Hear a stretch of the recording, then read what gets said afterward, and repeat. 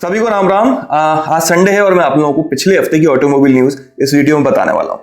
तो चलिए शुरू करते हैं। टोयोटा रोमियोन का नाम आप लोगों ने सुना होगा। ये असल में अर्टिगा है, जैसे अलग नाम से इंडिया के बाहर लॉन्च किया गया है। ठीक है, अब इस नाम को इंडिया में ट्रेडमार्क किया गया है, मतलब कि जल्दी ही अर्टिगा आपको टोयोटा के शोरूम पर खड़ी दिखने वाली है। सियाज भी जल्दी दिखने वाली है बेल्टा के नाम से, और अर्टिगा दिखने वाली है रोमियोन के नाम से। तो कुल मिलाकर हर शहर में आपको 3 शोरूम मिलेंगे मारुति के। एक होगा नेक्सा, दूसरा होगा अरेना और तीसरा होगा टोयोटा। पूरा मारुति बन चुका है।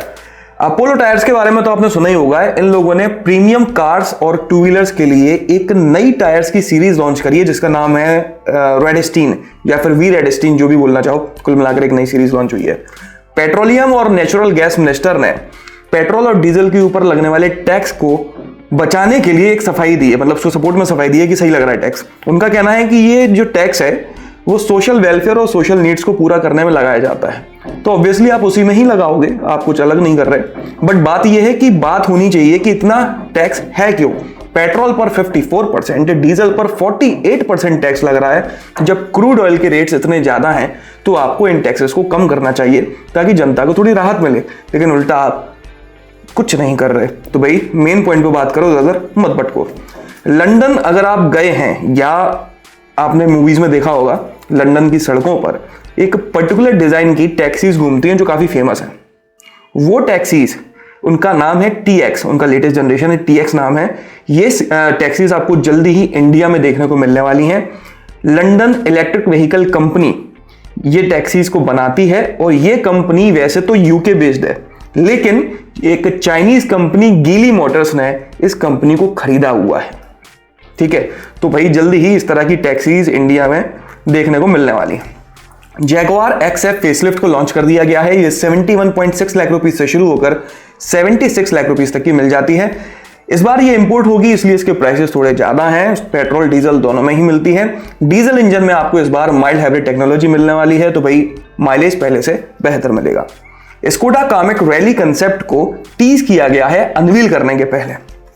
यह कंसेप्ट किसी एक्सपर्ट ने नहीं बनाया, ये 25 स्टूडेंट्स की टीम ने बनाया। असल में स्कोडा ना एक तरीके का एक कैंपेन कहूं या प्रोजेक्ट कहूं, वो प्लान करते हैं जिसमें स्टूडेंट्स कंसेप्ट्स को डिजाइन करते हैं। हालांकि इन कंसेप्ट्स को प्रोडक्शन में नहीं लाया जाता, बट इस तरीके का कुछ कार्यक्रम ये लोग करते हैं। मर्सिडीज 17 नवंबर को AMG A45S प्रीमियम हैचबैक को लॉन्च करने वाली है। लगभग 70 से 80 लाख रुपए के प्राइस सेगमेंट में से लॉन्च किया जाएगा। ये भी इंपोर्टेड होगी, लिमिटेड नंबर्स में अवेलेबल होगी, तो अगर आपको पसंद है तो भाई खरीद लेना। आगे बढ़े तो टाटा पावर ने पूरे इंडिया में 1000 public electric vehicle charging points को लगाया है, इंस्टॉल किया है।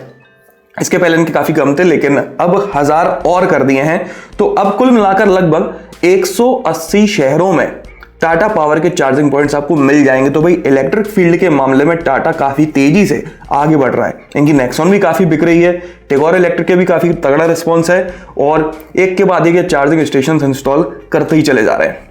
रेंज रोवर को रिवील कर दिया गया है, जिसकी इमेजेस अपने स्क्रीन पर देख सकते हो। इसको अगली साल इंडिया में लाया जाएगा। स्कोडा स्लाविया का वर्ल्ड प्रीमियर 18 नवंबर को होने वाला है। इसमें 1 लीटर और 1.5 लीटर पेट्रोल इंजन मिला करेगा। रैपिड से साइज में ये बड़ी होगी। इंडिया में अगले साल लॉन्च होगी।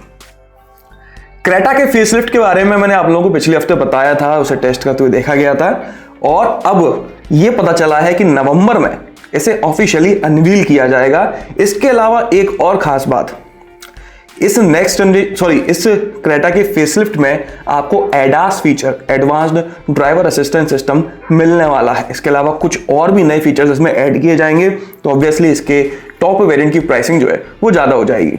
इंडिया में ये 2022 के आखिर तक लॉन्च होगा। इसकी front profile next generation Tucson से इंस्पायर्ड होने वाली है, और एग्जैक्टली दिखाने के लिए कि लगेगी कैसी, वो भी मेरे पास इमेज है। असल में इस क्रेटा को देखा गया है, पता नहीं कैसे देखा भगवान जाने, लेकिन इसकी एक इमेज निकलकर सामने आ गई है। तो कुछ इस तरह की ये सामने से देखने में लगेगी। नो डाउट पहले से काफी बेहतर है इसकी फ्रंट प्रोफाइल।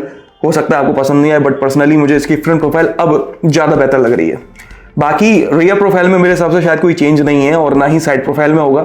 ज़्यादातर साइड प्रोफाइल में हो सकता है एलॉय को रीडिज़ाइन किया जाए, और इंटीरियर में हो सकता है डेस्कटॉप टच स्क्रीन मिले। इंटीरियर कोई मज़ेदार नहीं है क्रेटा का, डेस्कटॉप टच स्क्रीन मिल जाए तो थोड़ा और मज़ा आ जाए। आगे बढ़े तो भाई पोर्शे टाइकान और मैकन के फेसलिफ्ट को 12 नवंबर को लॉन्च किया जाना है। जो टाइकान होगी लॉन्च होने के बाद इंडिया की सबसे पावरफुल इलेक्ट्रिक व्हीकल बन जाएगी। ये 761 bhp की पावर जनरेट करती है। लगभग 2.5 करोड़ रुपए की प्राइसेस में इसे लॉन्च किया जा सकता है। रोल्स रॉयस ने अपनी घोस्ट ब्लैक बैज एडिशन को रिवील कर दिया है। इसमें 6.75 लीटर का V12 ट्विन टर्बोचार्ज्ड इंजन मिलता है जो 592 bhp की पावर जनरेट करता है और 906 Nm का टॉर्क। तो भाई ले लो। All new Mercedes AMG SL roadster को भी रिवील कर दिया गया है। इमेजेस आप अपनी स्क्रीन पर देख सकते हो। हालांकि इस टॉपिक पर मैं वीडियो पहले बना चुका हूं, आप लोगों को पता होगा, लेकिन न्यूज़ है तो बताता हूं कि मेड इन इंडिया बलेनो ने लेटिन NCAP में 0 स्टार्स स्कोर किए हैं। इसके अलावा टोयोटा यारिस ने 1 स्टार स्कोर करा है आउट ऑफ 5 लेटिन NCAP में ही। इस टॉपिक पर मैंने डिटेल्ड वीडियो बनाया हुआ है कि मारुति की गाड़ियों के साथ ऐसा क्यों हो रहा है। एक तरफ बाकी गाड़ियां 5 स्टार स्कोर कर रही हैं, दूसरी तरफ मारुति की गाड़ियां 0 स्टार स्कोर कर रही हैं एक के बाद एक, क्योंकि लगभग 1-1.5 महीने पहले ही स्विफ्ट ने भी लेटिन NCAP में 0 स्टार ही स्कोर करे थे। तो भाई वो वीडियो अगर आप देखना चाहते हो तो मैं लिंक छोड़ दूंगा, बिल्कुल देख लेना। आगे बढ़े तो महिंद्रा ने जो लॉन्च करी है गाड़ी XUV700, उसको काफ़ी तगड़ा रिस्पॉन्स मिला है। 65,000 से भी ज़्यादा बुकिंग्स हो चुकी हैं और चिप की कितनी कमी चल रही है वो आप जानते हो।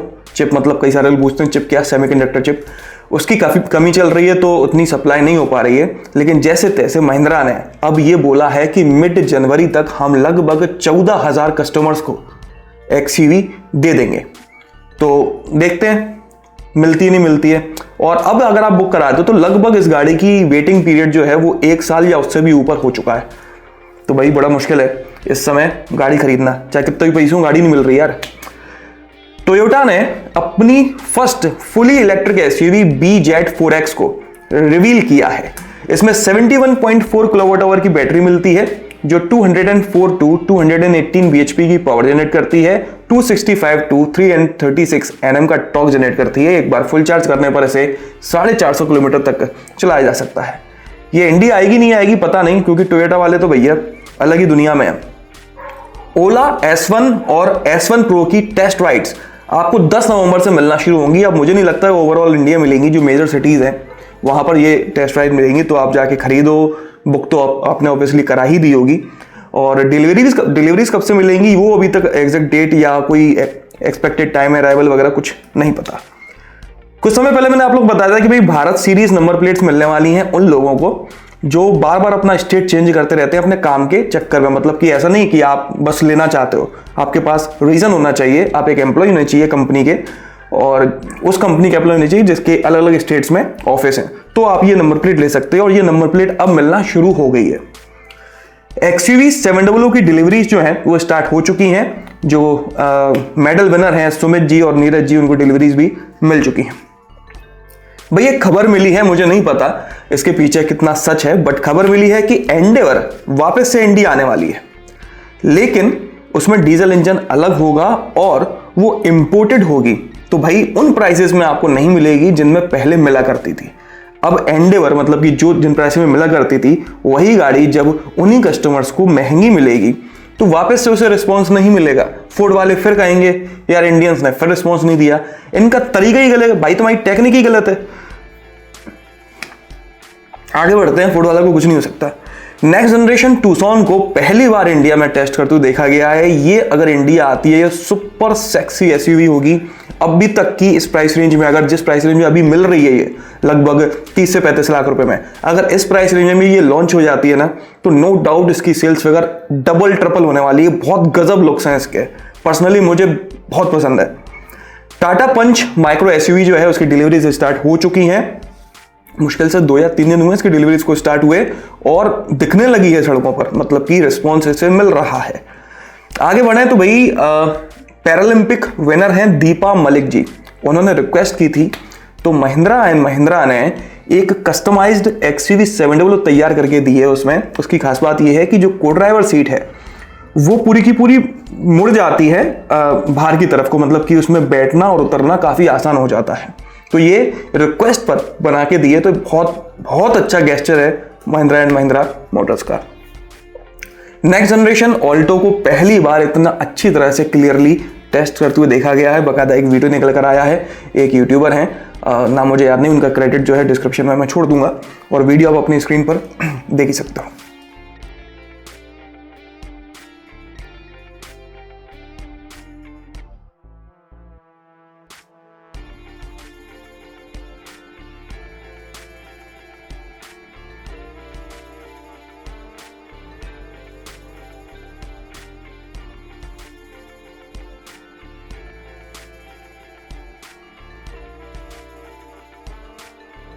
आगे बढ़े तो वन प्लस जो कि अक्सर मोबाइल बनाता है, ये इलेक्ट्रिक साइकिल्स, स्कूटर्स और ऑटोनोमस कार्स जल्द ही इंडिया में लॉन्च करने वाला है, क्योंकि इन्होंने वन प्लस लाइफ नाम का ट्रेडमार्क अप्लाई करा है और इस ट्रेडमार्क के अंदर यही गाड़ियां बनाई और बेची जाएंगी इंडिया में। तो भाई मोबाइल वाले भी अब इलेक्ट्रिक कार्स और इलेक्ट्रिक प्रोडक्ट्स में कूदने लगे हैं। तो आप देख सकते हो कि मार्केट धीरे धीरे अब कहां जा रहा है। Next generation S cross Spain में इस महीने के आखिर तक रिवील होगी और अगले साल लॉन्च होगी। इंडिया में कब आएगी नहीं पता, और नेक्स्ट जनरेशन एस क्रॉस होगी कैसी अभी तक कोई अंदाजा नहीं है। स्कोडा रैपिड को डिसकंटिन्यू कर दिया गया है लगभग 10 साल के प्रोडक्शन के बाद में। तो भाई रैपिड का जो हाल ही में मैट एडिशन लॉन्च हुआ था वो लास्ट एडिशन है। अगर आप शोरूम पर जाओगे हो सकता है आपको मिल जाए, वो भी लिमिटेड नंबर में। शायद 400 यूनिट्स बनी थी, मुझे ध्यान नहीं है एग्जैक्टली, शायद उतनी ही बनी थी, तो वो आपको मिल जाएगी। लेकिन उसके बाद रैपिड अब खरीदने के नहीं मिलेगी और ना ही रैपिड की कोई नेक्स्ट जनरेशन आएगी। आप स्लाविया को ही इसकी नेक्स्ट जनरेशन मान सकते हो।